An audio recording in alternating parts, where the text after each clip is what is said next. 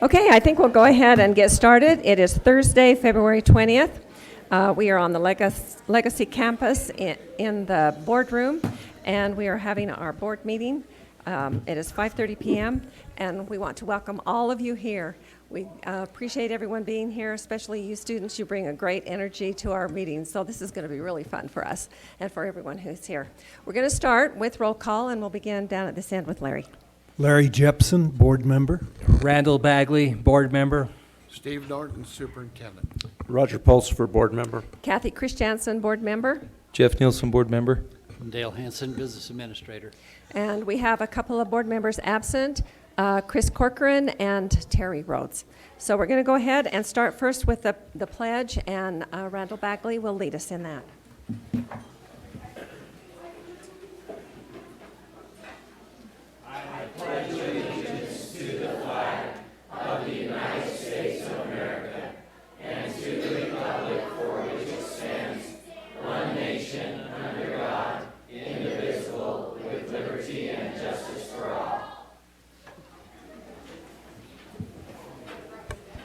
Our mission is to educate students for success in a changing world. All right, we're going to go ahead and begin with our school presentation.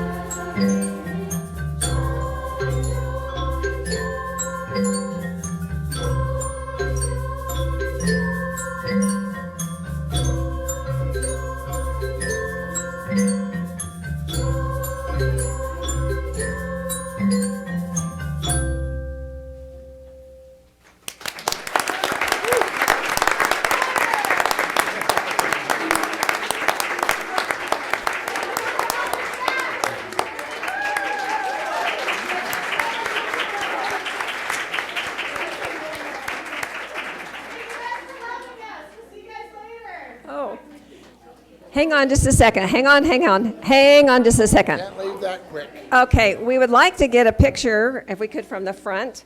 So can you kind of arrange them? You're going to look that way.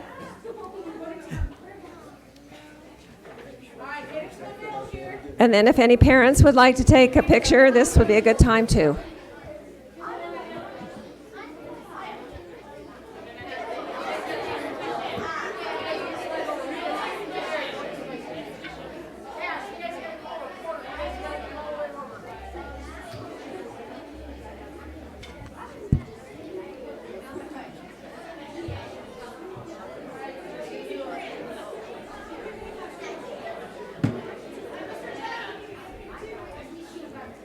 This is the North Park Honor Choir, 5th and 6th grades.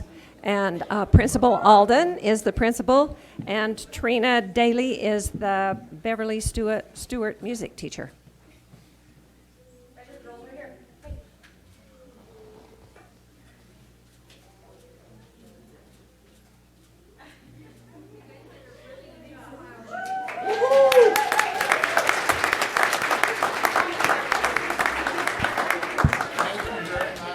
Thank you to our parents for bringing your students, for bringing your children here. That was delightful. Good job.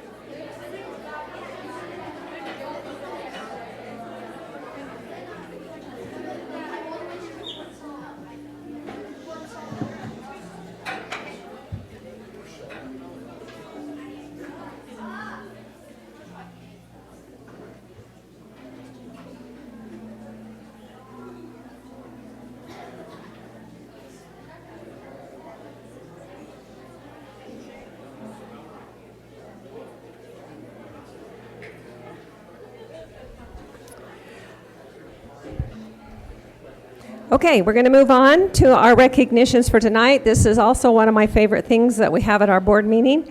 And we have 4 teachers, very special teachers that we're going to recognize. First of all, from Wellsville Elementary, we will recognize Elizabeth Johnson, and that will be Principal Harris. And then from River Heights Elementary, we will have Angie Robbins with Principal Adams. And then from Summit Elementary, Kate Kidd, who will be recognized by Principal McNeil. And finally, Lewiston Elementary, who will recognize Cindy King by Principal Burt. And we will take your pictures afterwards, so don't run off.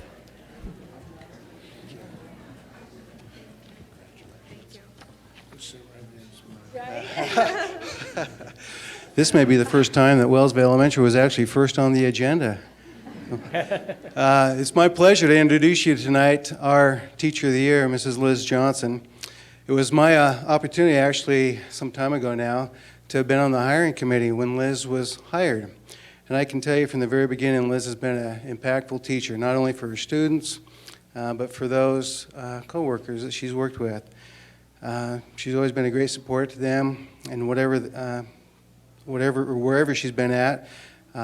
She's always been great in being able to offer suggestions and offer strategies to help her teammates. She's always been professional in all that she does. She's a wonderful instructor. She's fun to be around, believe it or not. If you look real close, she has a special shirt on tonight too. But maybe she'll tell you about that. I should say that she started her career at Willow Valley Middle School, and we got to work together for a few years, and I shuffled schools a little bit, and she even shuffled schools some. But it's been really rewarding for me to be able to meet up and team up with her again and to work with her again, and now as an outstanding veteran teacher. Liz is a resource teacher.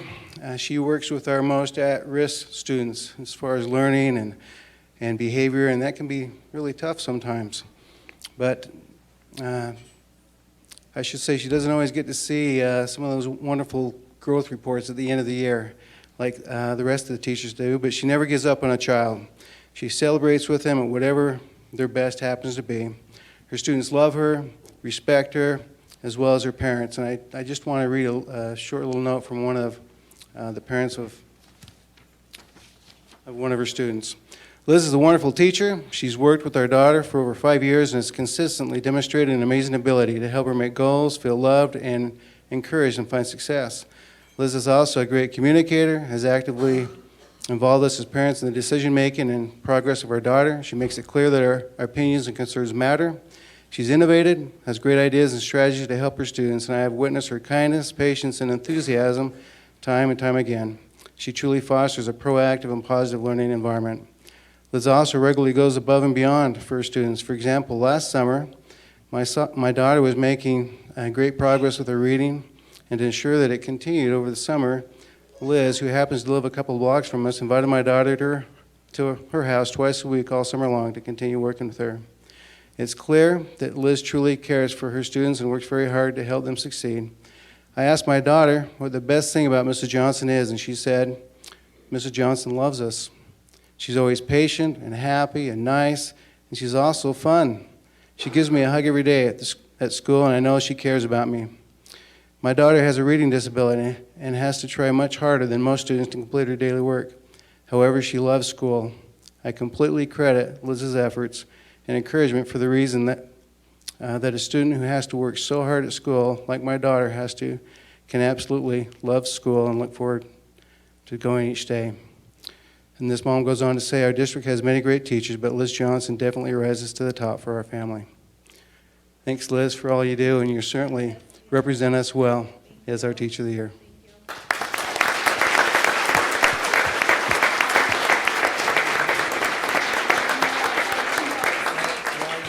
Oh my goodness. Well, thank you so much. Those are such kind words. And look at this staff that has turned out. They are amazing.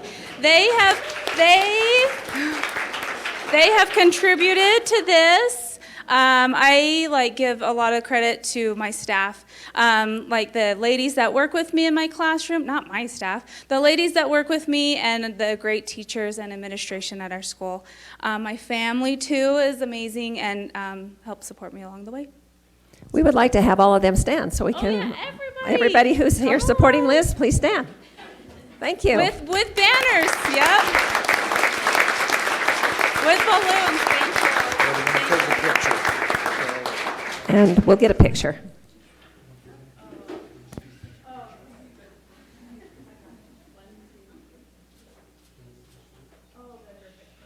right.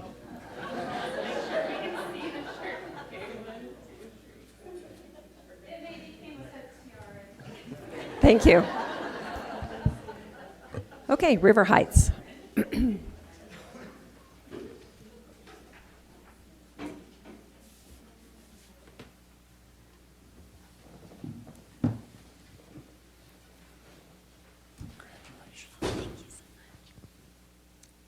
you.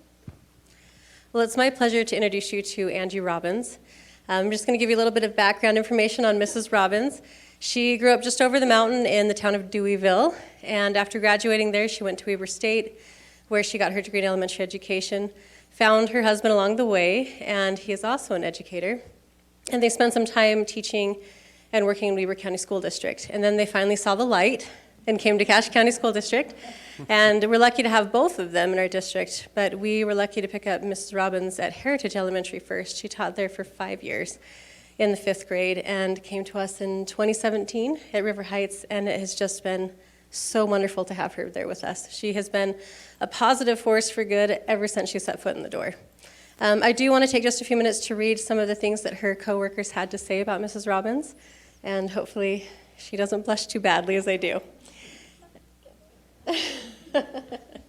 Mrs. Robbins goes far above and beyond for her students to make sure that they succeed. She spends countless hours making sure that she is doing what is best for each and every one, no matter their ability. She has an undeniable way of sparking passion for learning in her students.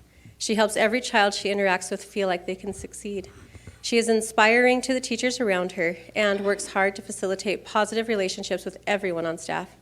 I am grateful for her drive because it inspires me to be more energetic and creative in all the ways that I teach and introduce new topics to my own students. She is a driving force on our faculty, and I want to be her when I grow up, and I quite agree. I want to be like Mrs. Robbins when I grow up. Angie Robbins, our Teacher of the Year.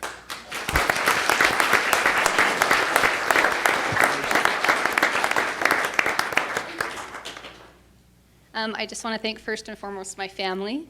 They have been 100% the driving force behind everything. And the school board, thank you. I know many of you, even soccer coaches, which we appreciate. And Superintendent Norton, thank you. And definitely the staff at River Heights. Wonderful, wonderful people. So thank you very much. An honor.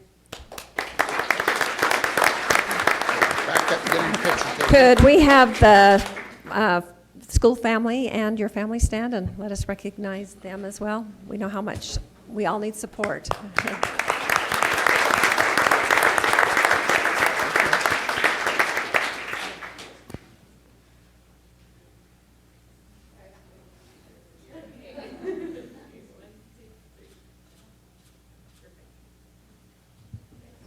Thank you.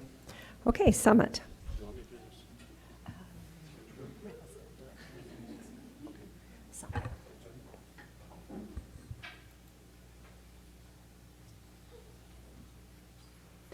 Well, I have the pleasure of introducing Kate Kidd. She is one of our special ed teachers at Summit, and she is just loved by everyone she comes in contact with. And so she is always very happy and enthusiastic, and it is very, contagious. That's the word I'm looking for, very contagious. So I want to give just a little bit of background of Kate. She grew up in Bountiful as the youngest of 4 children. She loves doing outdoor activities, such as camping, hiking, fishing, all of that good stuff. She also likes to travel. She has been to, well, you say where you've been. I've been to a few different countries. I've been really lucky to be able to travel. I've been to Mexico, and I went to South Korea, and spent some time in Romania, so some fun places. Places I wish I could go to. Okay, she loves the Utah Jazz, and she enjoys spending time with her family, and she says she has the biggest sweet tooth ever. So I might have to try that out on her. And we're grateful that her family could be here today to support her, as well as our faculty. Just a couple of things I wanted to share what her colleagues have said about her. Kate Kidd exemplifies enthusiasm and care for teaching. She plans and implements lessons that meet the needs of her individual students. In planning these lessons, I've seen her research and gather the best resources for the needs of her students.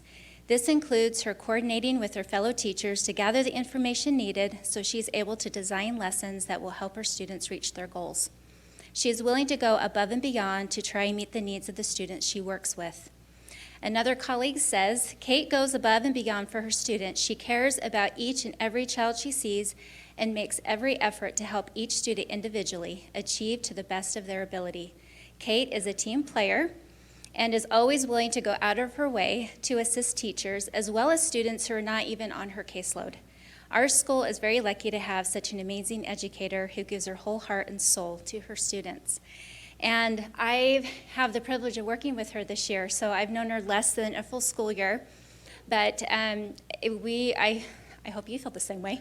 But I felt we kind of clicked right away, at least I have with her. But she has that personality, and that spills over into her teaching and her students.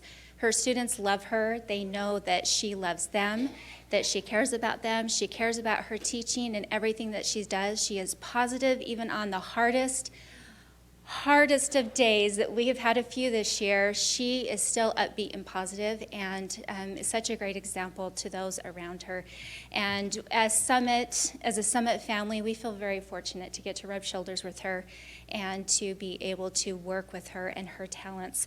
And so thank you for everything that you do, and it's a privilege working with you, and congratulations.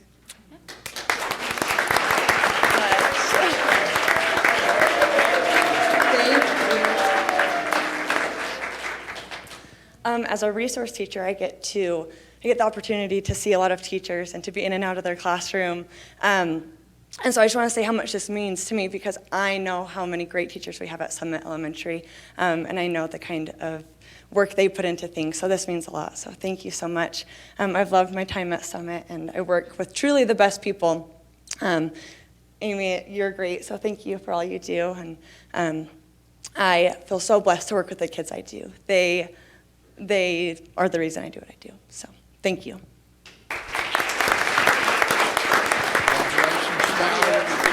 Would Kate's family and school family stand? We'd like to recognize you for your support in helping her.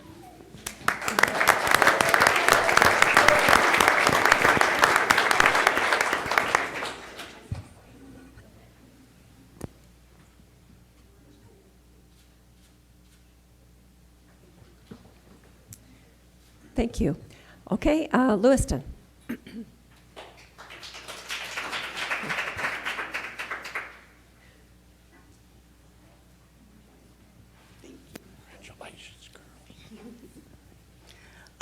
To say I'm pleased to be able to, I'm going to get teary because I've known Cindy a long time. To say I'm pleased to recognize Cindy is really just an understatement. She is such an example of a lifelong learner. And even though she just began her teaching career 4 years ago at Lewiston Elementary, she's really been an educator a lot longer than that. I first met her as an amazing parent of one of my students at North Cache Middle School when I was teaching there. And the next year, we hired her as a para-educator, and she worked with me in my classroom. And she was vital to my work with students, and I worked with at-risk readers and struggling students in the middle school. And it could be kind of challenging, but I could give her the look and she could take over for me, and we just worked seamlessly together for many, many years. We moved to White Pine, and then when they moved me from White Pine, she stayed behind and began her time as a secretary in the district and did amazing things there with those students. She connected well with the students and with the families. We crossed paths many times throughout the years and always said, someday we'll work together again. And every time I tell her, well, you need to become a teacher. You should have been a teacher. You were born to be a teacher. And she eventually found her way to the district office. And there enough people told her, you really should be a teacher. And so she went back to school and became a teacher. And we had a kindergarten opening at Lewiston my first year as a principal at Lewiston. And she's like, I've never thought about teaching kindergarten. I'm not really sure if I'm a kindergarten teacher. And yet she took on the challenge and was an amazing kindergarten teacher. And then we had sixth grade coming into the school. And so she jumped right from kindergarten to sixth grade and took on sixth grade with the same amount of passion and energy that she does everything she does, and did sixth grade for 2 years. And then this year, we jumped her down to fifth grade, paired her up with somebody else who had never taught fifth grade. And so the two of them have taken on the challenge of becoming fifth grade teachers, and they've done an amazing job. She is so reflective. She's constantly thinking about what her students need and constantly thinking about her practices and how she can meet their needs and be better at what she does. I just wanted to read a couple of things that the nominations that came in that students and colleagues said about her. They're kind of enlightening. I like Mrs. King. First of all, I might have to actually have reading glasses. I like Mrs. King because she is strict and nice, and she is fun. My experience with her is so great. She makes me happy. She has known me for 4 years, and I am in the fifth grade. I thought that was so cute because she really does get to know all of the students in the school, not just the students she's teaching. Let me see, I highlighted a few of these so you're not getting all of them. Oh, here's a line from this one.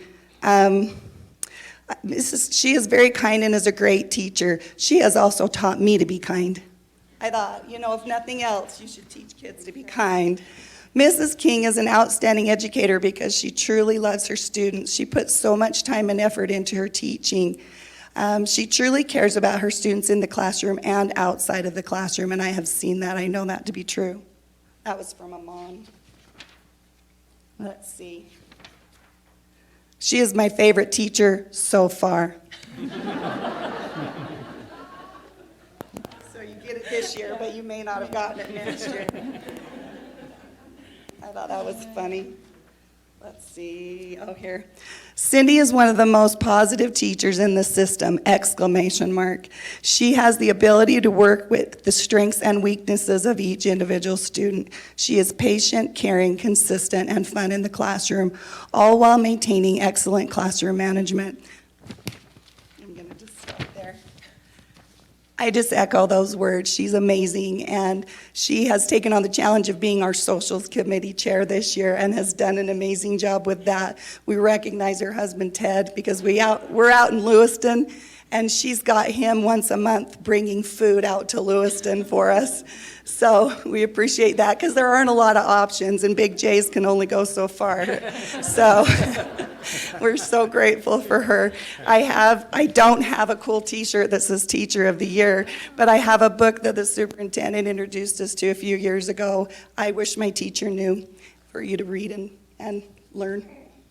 She's also taking on the challenge of beginning her master's degree, so she never stops learning. Congratulations. Oh, this is for you.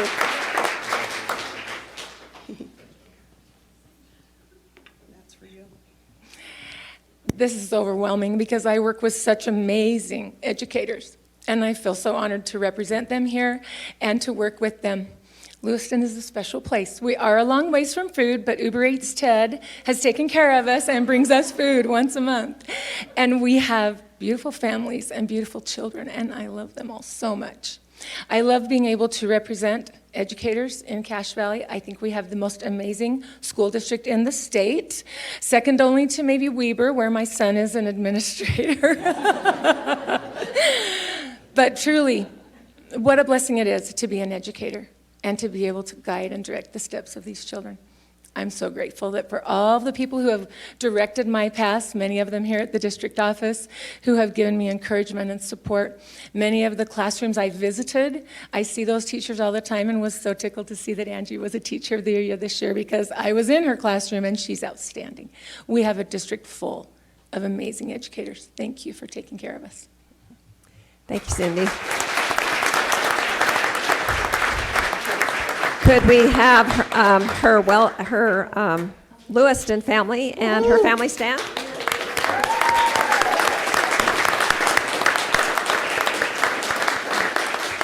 Thank you.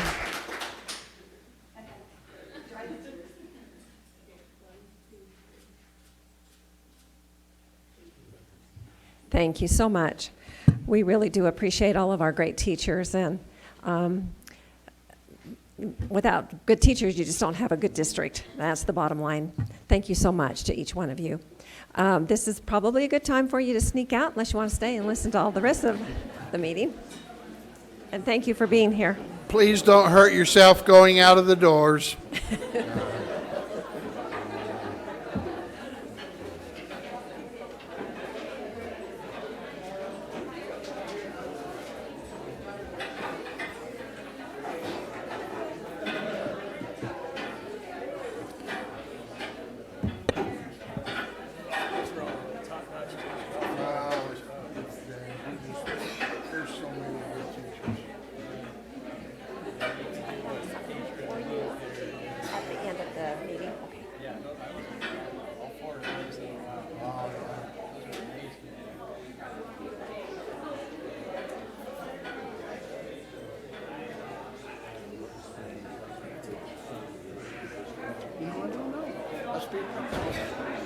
Yeah, and it's got to be principal. Yeah, have to be.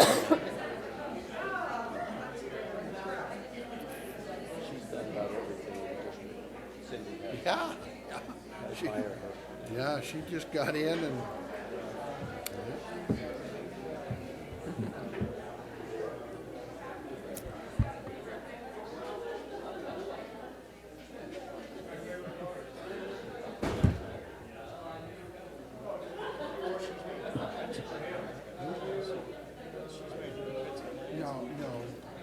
No, she said, talking about Weaver School District. Oh, no, I'm talking about Robbins. I don't know why they would Oh, not she, want to yes, stay. yeah. That's why we had to move it. That's where she was.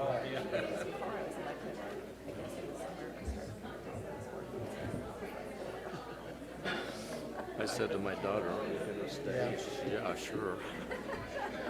Was she here? Oh. She teaches at Wellsville. That's right.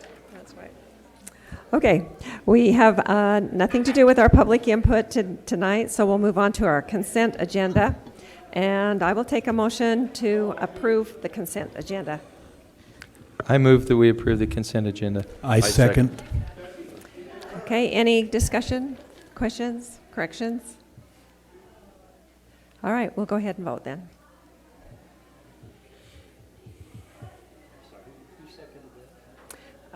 Larry. Larry.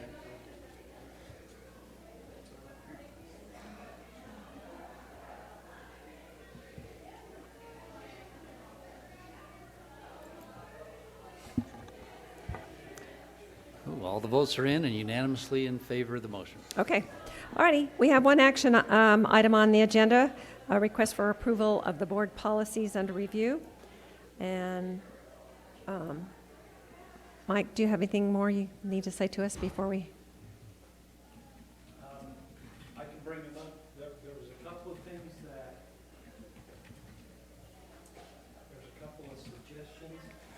Last time we met, we were talking about the number of days they could have overnight trips. And when I explained it to the board, it was 2 nights per school year. We talked to the high school principals, and they would like to have that at least to be 4 for the first year and see how that works. So if you'll consider that. And then the other one was, Chris brought up the one about the controversial classroom discussions. So I just changed a few of the wordings in that and left that policy there. And just changed the header on that just a little bit. And I further explained it where it was actually saying classroom discussions. And I'm trying to remember what the wording was before without it being right in front of me. But it was, anyway, I could bring it up if I need to, but I just changed a couple wording on the heading, but left that policy in place. So that's the only changes. Okay, and so Terry had talked to some parents out at Lewiston who wondered about being able to cross into Idaho to go to Preston for some of their field trips. And when I read it, it looked like that was okay for like Lewiston Elementary to be able to do that. You know, I haven't talked to Gary about that. Maybe Gary can address that, Okay. that part of it. Yeah, 'cause that makes sense to me because it's closer. It does make sense, but there is one problem. Your high schools can cross state lines, and they're under the Utah High Schools Athletic Association or whatever that acronym stands for, but your elementaries have no coverage. So what happens is, if you cross the state line, there is a $1 million limit cap that we could be liable for, if you will, we could be sued for. If you cross the state line, though, there is no cap. So we put ourselves at a higher risk of liability by crossing the state line with our elementary kids. This was changed when I was principal at Lewiston Elementary, and at the time, Lewiston Elementary used to go to a science school up in just outside of Jackson, actually. And we made the change. That was the same year we had a student at South Cache who was killed at a lagoon trip. And the kids had stayed later that night, had parent permission slips signed, but they were running across the frontage road and a girl was hit and killed. And at that time, we made the change to not allow elementary schools to travel outside of the state. So that was a decision made, it's probably been 20 years ago now, but it's when I was at Lewiston, and that's why that was made, because of that liability cap. If they're inside the state, but outside of the state, there is no cap on that. So I shared that with Terry, and I double checked with Kirk on that, and he said that is still the way that stands. So I'm not sure it's something you want to change, but you're the board, and you could change that if you'd like. I haven't heard back from Terry after sharing that information with her. Okay. All right. Anything else that we need to know? So Mike, back to the 4-night policy. So at what point will you review that just to see how you feel like things are going? A year from now. A year from now, okay. And then we would report to you and see how that worked. Because we don't feel like we want to go any more than 4 nights. I'd like to get it less than that. So see if maybe we can compromise and get to 3. So where would they go for 4 nights? Well, it's 4 times during the year. Oh, 4 times during the year. 4 activities that are Yeah. overnight. If you're in debate or if you're in FFA. And they brought up that wrestling. adds up really fast. Yeah. Yeah, and they brought up wrestling was another one that has to travel a lot. I don't know where that feedback's coming from. So that other header was called controversial issues. And I further explained that to say controversial classroom discussions, because that's what it was pertaining to, was discussions going on in the classroom. All right. Okay, I'll take a motion to approve the board policies under review. I make a motion to approve the board policies under review. I second. Okay, any other discussion or questions, concerns? All righty, we'll go ahead and vote on it then. Thanks for doing all of this, Mike. That was a lot.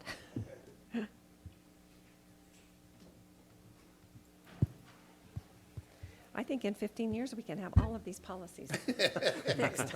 Yeah, maybe. Okay, all the votes are in and unanimously in favor of the motion. Okay.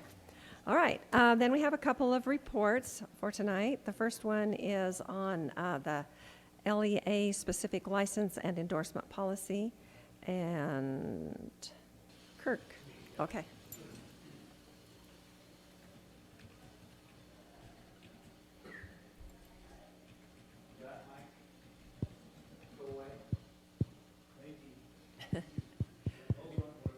you want to use one up here? We've got some extras. No batteries. I just don't want the tapping Morse code. I'm sure it's telling us something important.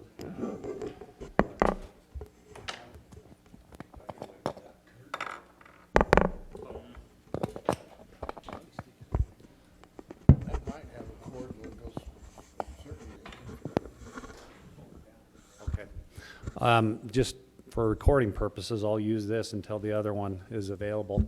I'm bringing to you tonight a draft policy that would be a new policy for our school district. This policy is brought about by changes to educator licensing that's happening in the state of Utah. It actually started transitioning on January 1st of this year. It won't really be fully transitioned until July 1st, but educator licensing in the state of Utah is undergoing a major revision. Right now, there are 3 types of licenses that educators can have. A professional or level 1, level 2 license, which would be a normal traditional license. We do have LEA-specific licenses right now, and that's what this policy incorporates.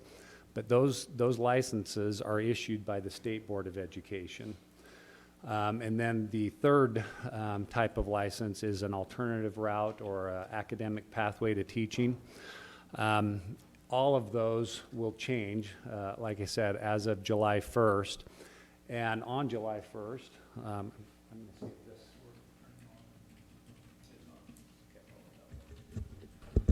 all right, is that working? Okay, I'm not getting any feedback.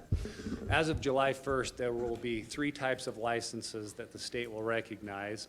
The first is a professional license, and that would be a license that anyone who follows a traditional university route to a teaching license will get. And that will not differentiate between a beginning teacher and a veteran teacher. It will just be a professional license. The second is something called an associate license, and that would be someone who is pursuing one of those alternate paths to licensure, but who is committing to a traditional structure to get the pedagogy and content knowledge that they need for that professional license. And the third is this LEA-specific license. And the difference between the LEA-specific now and the one that will be effective on July 1st is that you, as the local school board, will be the body that will approve those LEA-specific licenses. Now, if you read the policy, you'll see that this license is not meant to be a permanent license.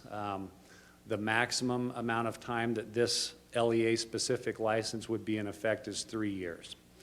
And that is with the anticipation that that LEA-specific license holder will be making either a good faith effort towards becoming an associate license holder or a professional license holder. Another provision that I think it's important for the board to understand is if an educator in our district does have an LEA-specific license, they would be considered a temporary at-will employee the duration of the time that they have that license. So there's no tenure, there's no career employee expectations until or unless they move into one of those other license lanes. This policy that I've brought to you is required under the law and administrative rules. Every district that wants to issue LEA-specific licenses has to have a board-approved policy that allows it. And I would say that in looking at the rule and the law and looking at other districts that have already implemented or adopted a policy, I've kind of followed some of their model policies. And I do anticipate that our school district will definitely need to hire and support educators that would be on an LEA-specific license. Maybe for a year, maybe for up to 3. We have several of those right now, and a lot of those have taken the coursework and other professional development necessary to move to a professional license. But this will give us some flexibility as we anticipate a continuing teacher shortage. But if you'll look at the expectations here on the 3.3, the mentoring and learning coach for pedagogical support, you'll see that our expectation is not to hire, throw a teacher into the classroom and then hope that they do well. Just like all of our new teachers, they would be given very structured clinical and pedagogy support. And again, with the idea that they would probably move into that associate lane, which there's a different application process for that. And then if they made the commitment to pursue this as a career, then to pursue that professional license. So the necessity of this, like I said, is the change in licensing. And this is the first time that we brought this to the board for review. So we're not asking for action. We're just wanting to make you aware of it. The first time that we'll come to you to request LEA-specific licenses would probably be in the August meeting. And if you'll see that part of the provisions of the statute and the administrative rule is that we couldn't put someone in the classroom unless we've gotten approval from the school board. And there's a 60-day window there that's, again, part of the rule. And I think the reason for that is they don't want us to approve a bunch of LEA-specific licenses and then plug them in later. We want there to be a specific need that we're trying to fill. And then we have to bring that to a public school board meeting for you to approve. And then the very last provision in this policy, and again, part of the rule is that we would be transparent about that with our public, and we would identify educators that are on an LEA-specific license so that parents and patrons know that this is an educator who is in the process of either further professional development or temporary fill to meet a need that we have. So that's kind of a summary. Questions? I have a couple. Yeah. All right, so the mentoring person, do they get any financial compensation for doing that, or is it just part of the job assignment? Well, there's 2 types of mentors. Let me one is the instructional coaches, and that is a full-time job assignment right now, and we have five instructional coaches. Both the associate license and the LEA specific, we would rely a lot on those instructional coaches to help in mentoring. But in addition to that instructional coach, we would also have a school level colleague that would be assigned to be a mentor as well. That one, I don't think does have any financial compensation for that position. Instructional coach certainly does. Okay. But we would use a combination of both to support them. Do we have teachers like this now that are in the classroom? Yes, yeah. So we do have teachers that are on an LEA-specific license, and I'll give you a good example of who that would be. We have athletic trainers that IHC provides.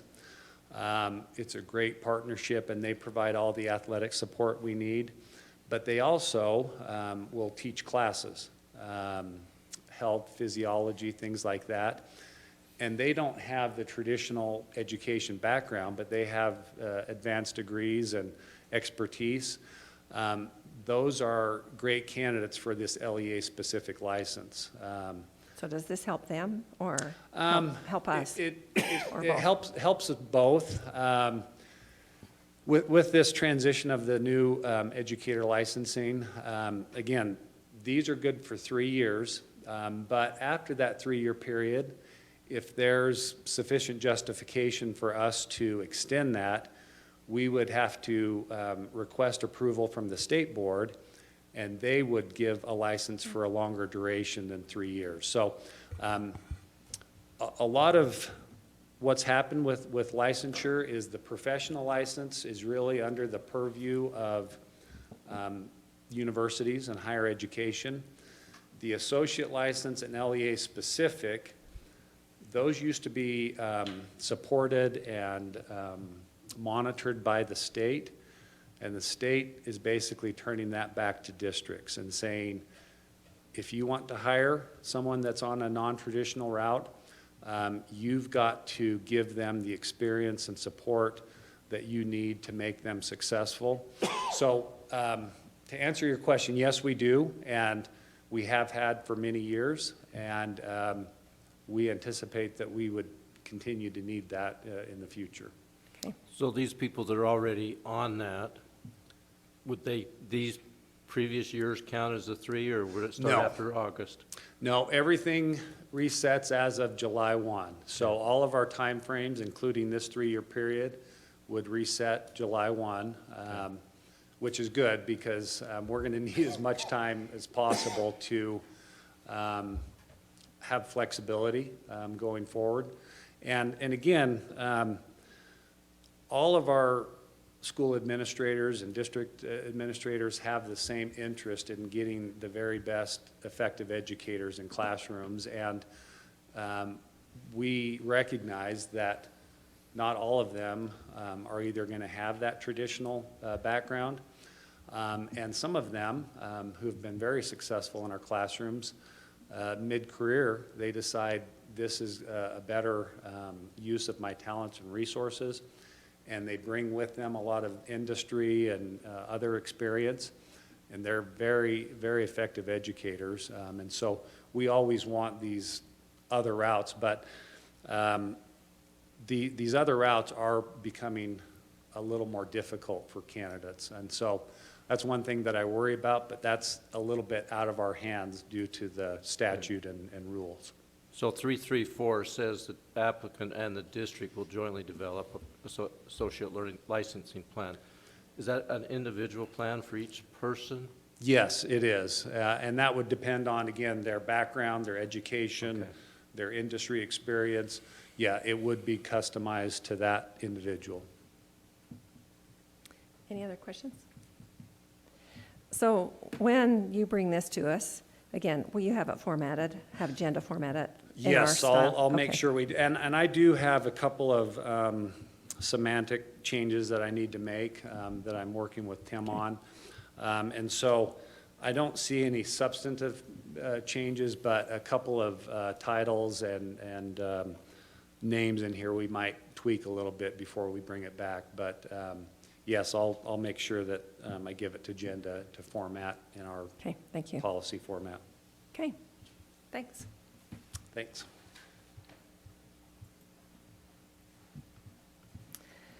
All right, Dale. Yeah, just quickly, the financial report is for the period ending January 31st. And there's really not a lot of change there from our previous month's report. Everything's still functioning well. The one thing to notice is that the bulk of our property tax receipts are received in December and January, and then another large closeout in April. So you can see that right now we have about 80% of our property tax receipts collected for this year, and that kind of offsets the it works right in line with our investment earnings. If you see that on the first page of the detailed report, that You know, last year, for example, this time we had earned about 35% of the interest that we did over the entire year.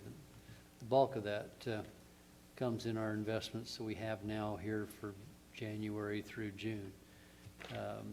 And then June that's where things usually get drawn down considerably, where we have 3 payrolls that hit that month. So anyway, the collections are coming in well. Utilities right now, we've spent 39.5% of our total budgeted amount for utilities, where last year at this time, we had spent 53% of our, experienced 53% of our utility costs that same time a year ago. So it's been a good winter, and I think that also the adjustments here with Johnson Controls, their project is showing well. They have majority of the lighting portion of the projects completed in most of the schools, and so we are seeing those savings being realized by the district, and but that's tied into the financing of that project, so it'll be a little while before we get to keep a lot of that to use elsewhere, but it will put us on a good trajectory for that. Really, with school lunch, for example, I think we have about 15,000 more meals that have been served year to date this year as compared to last year at the same time. But 15,000 meals, that's about one day's meal. You know, if we have 18,000 students roughly. So again, I think that's following in line well. There was some concern that it seemed like participation was dropping off a little bit, but I think it's been picking up here recently and doing well. But anyway, so the budget itself is sitting fine. Again, we talked last time a little bit about even considering plowing some of the unappropriated funds that we currently have in the budget, which right now is about $4.2 million, that we could.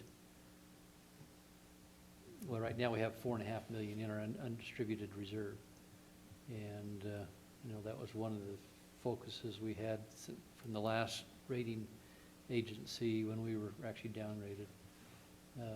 That rebuilding those fund balances, I think, is a priority. But again, we don't want to take everything and put in there. That's not the intent. But we'll put together a recommendation and bring it back to you. Yeah. So that'll probably be part of the final legal budget we bring, I think, at the end of the year, considering that change. Any questions? All right. Thank you, Dale. Okay, we'll move on down to our board committee reports, and we'll go ahead and start with Larry. Just to give you a little background on this, Larry is the chairman of our board committee, and he has taken the board policies and reviewed them and given us, as a committee, the ones that we should have dropped, which we already voted on and did, correct, Larry? Okay, and then this one, we just needed to make some changes on it, so I'll just go ahead and turn it over to you, Larry. Okay, so, and the new one is, the proposed one is in your document. And it's had a pretty thorough going over. Terry and Kathy and I and Jenda have all reviewed it and wordsmithed it. And I found about 3 more things that we need to just change on it today. Okay. So I'll give that to. That'll probably continue, but I think we've got it very workable, very straightforward, and I guess the one I would like to hear from Superintendent is to see if there are any concerns that would come from you as you go through it. Yeah, I'll get back with you. Okay. Yep. Okay, is that it? Thank you, Larry. All right, and then Jeff. Yes. So Chris and I met with, or reached out to Richard, USBA, and he sent me the latest evaluations that are used for the board, the superintendent, and the business administrator. And Chris and I have begun going through all of those. It was a little more work than I anticipated, And so I need to beg a couple more weeks to finish up before we have something to present to you.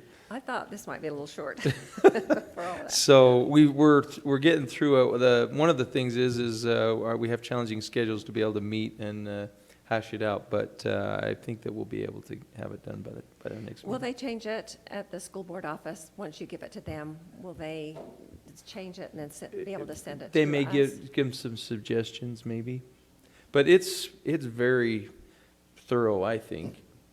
I mean, even maybe a little too much. We're anticipating we'll be able to reduce it down because many of the questions are similar in nature, as it were. So anyway, we'll have something to present to you. Are you still open to the idea of just doing a couple of categories each year and just rotate through them? So We've debated that and Okay, haven't okay. quite Come to a come to a conclusion there. So Okay, all right, great. Well, keep us posted. Okay. It would be nice if we could have the evaluations done by our June retreat, because then we can use that to set goals for the Sure. next year. Does that sound feasible? Absolutely. Mhm. Okay. All right, thank you. Mhm. Okay, so on the board president report, just a couple of things.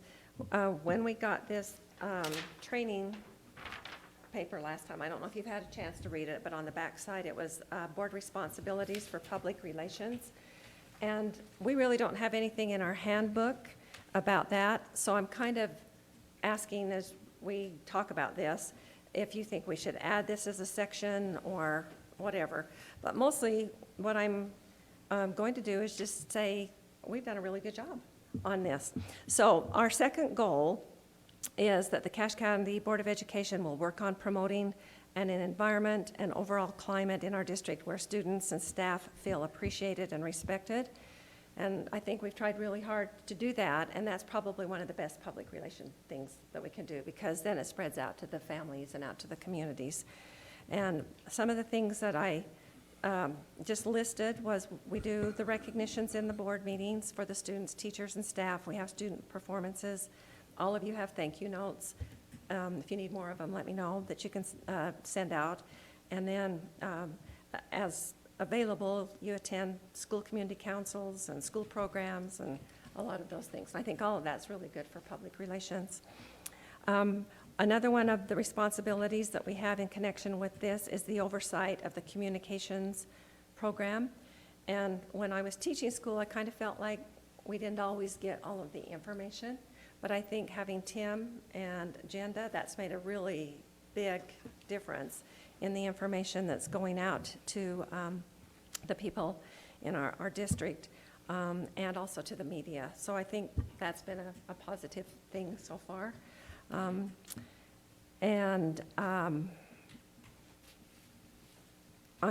wondering if there's a way, and maybe you can help with this, Steve, that we could get Savannah from the Herald Journal to do more stories in our district, or what's the deal on that?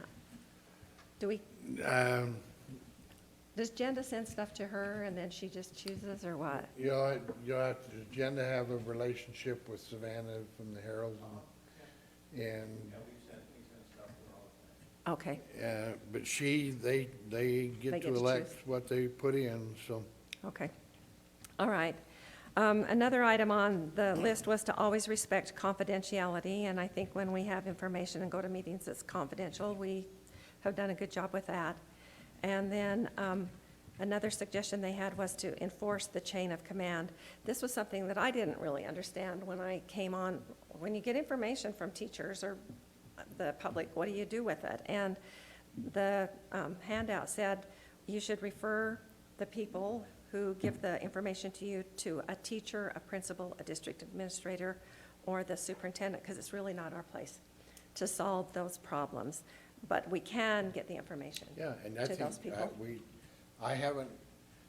I don't feel we have an issue with you trying to solve the issues. So those issues that are brought to you, I think, do get into that chain of command, and we do appreciate that. Okay. So would you say we need to always make you aware of what they are, but if we know an answer, we can tell the general Oh, if public? it's something you can just, you know the information, yeah, just go ahead and give it to them. If it's an issue that needs to be worked on, then Get it to you. just get it to the chain of command. Okay. And then one of our other goals was to build a closer relationship with our legislators, and on this handout thing that we got, one of the suggestions they had was to represent the district's interest to government officials at the local, state, and federal level. And I think we set this goal, was it last year, to get more involved with the legislators? And I think we've been working on it. We try to get to their town halls on Sunday, and I've been sending them the Friday update, and we're going to get these books, these books to each one of them, so they have a copy of that. And I'm not really sure what we can do about state and national. Do you have any suggestions or thoughts? State is your local legislator, so that's your best input. Nobody has time to listen to other people's. Okay. So you're not going to get very many of the other legislators that are not affiliated with or you get to vote for to have a chance. They're not going to listen. They might, I don't even think they'll let you know they got your email. But the ones that we do have, nationally, I think we all belong to organizations. Your National School Board is your way to have an impact on the national level, just like the Association for School Superintendents is my conduit to get information to the federal level. So I think we're fine there. Okay. All right, so maybe if we have issues, we can get it to our state people. Yep. And then our representatives for the national. And then the last one brought out that we are the district's advocates or cheerleaders. I can hardly wait till we get our outfits. But I think we just need to be, positive and supportive, and be willing to generate support for the bond issues, changing boundaries and tax stuff that's going on now. The big three there. Yeah. So this is just a reminder. And do you think it would be good to put this information in our booklet, or doesn't that matter? I think it'd be a great addition. To add it in? Yeah. Because we usually redo that once a year. Okay, I'll just end with, this board is awesome, really. I think everybody's doing a really, really great job. Okay, Superintendent. I'm just going to tell you, I think as I've evaluated this session, the ed side of the fund issue is flush with money, and they are not going to give it all to us. It's apparent. So if they stick with 4%, that's a nice starting point. But I also realize that they'd probably be looking for projects that have been on the table for a long time. Mhm. They would try to fund those. So the ones I paid attention to, they're going to give more WPUs to special ed, and that will really help Joel. Joel's been under a lot of pressure because of the funding issue with just not having enough money. Kindergarten, especially extended day kindergarten, is going to be funded, I think.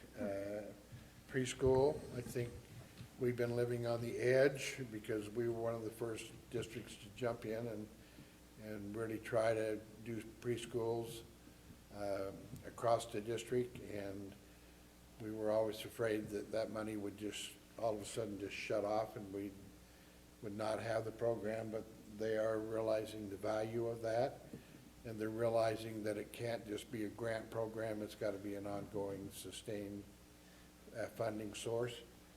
So that's getting some talk. One-time money for safety of our buildings, schools, that I think will happen this year. Seems to be good. And then there's going to be a category that the number they're talking about right now is 100 million. Well, they're not putting a whole lot more than that in the WPU, but this additional 100 million would be for retention of teachers.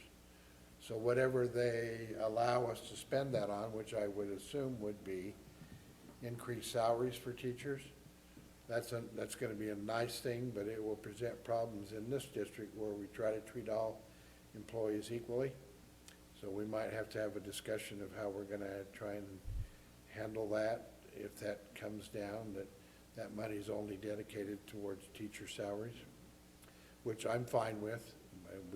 There's other avenues that we can look at for our other employees, but any amount of money that goes into raising teacher salaries, I think is money well spent, so.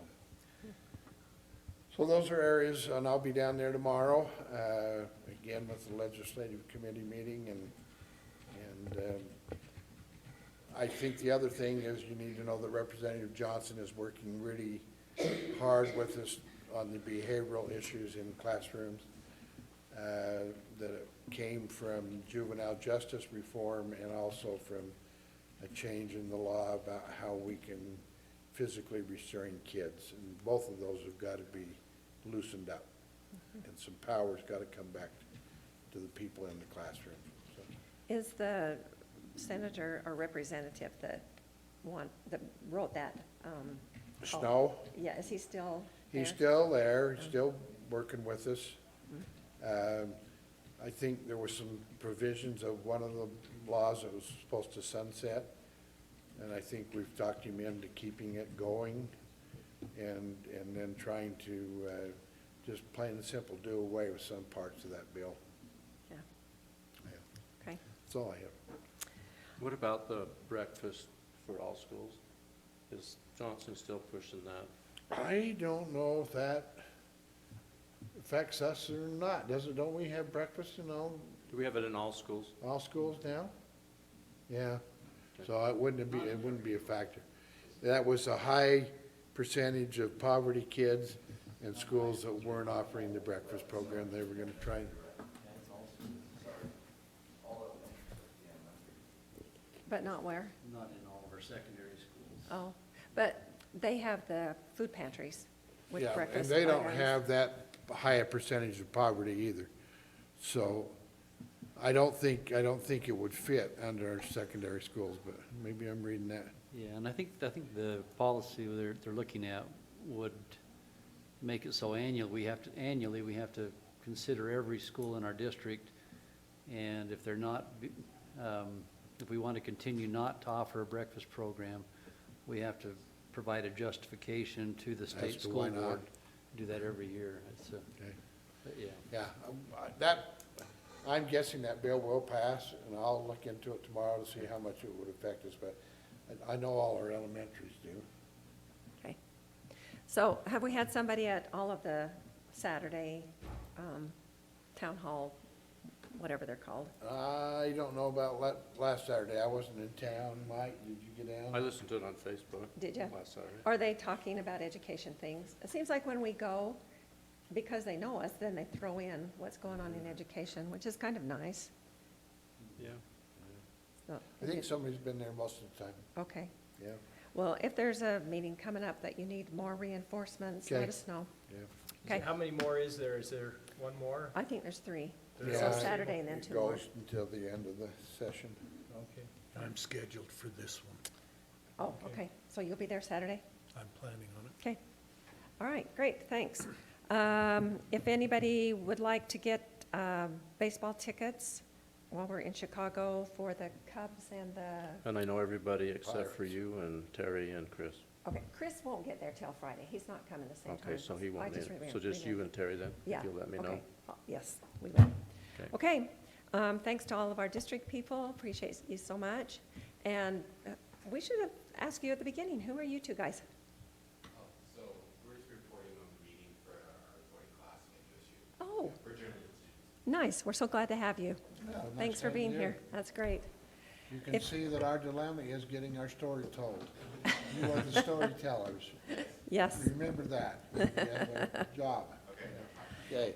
You know, I think really because of the good communication things that have started here in the district, we have a better narrative going out now Yeah. about our schools, and that's good. That's good But for we do us. appreciate the support we Yeah. get when journalists are, if they're not here, they can always go to the website and watch. But it's always easy to write up a story that's gonna get people inflamed and cause issues. But most of what we do is just really human interest stories that people like to read too. So thanks for being here. It's nice to have you. Okay, anybody have anything else? All right, this meeting is adjourned.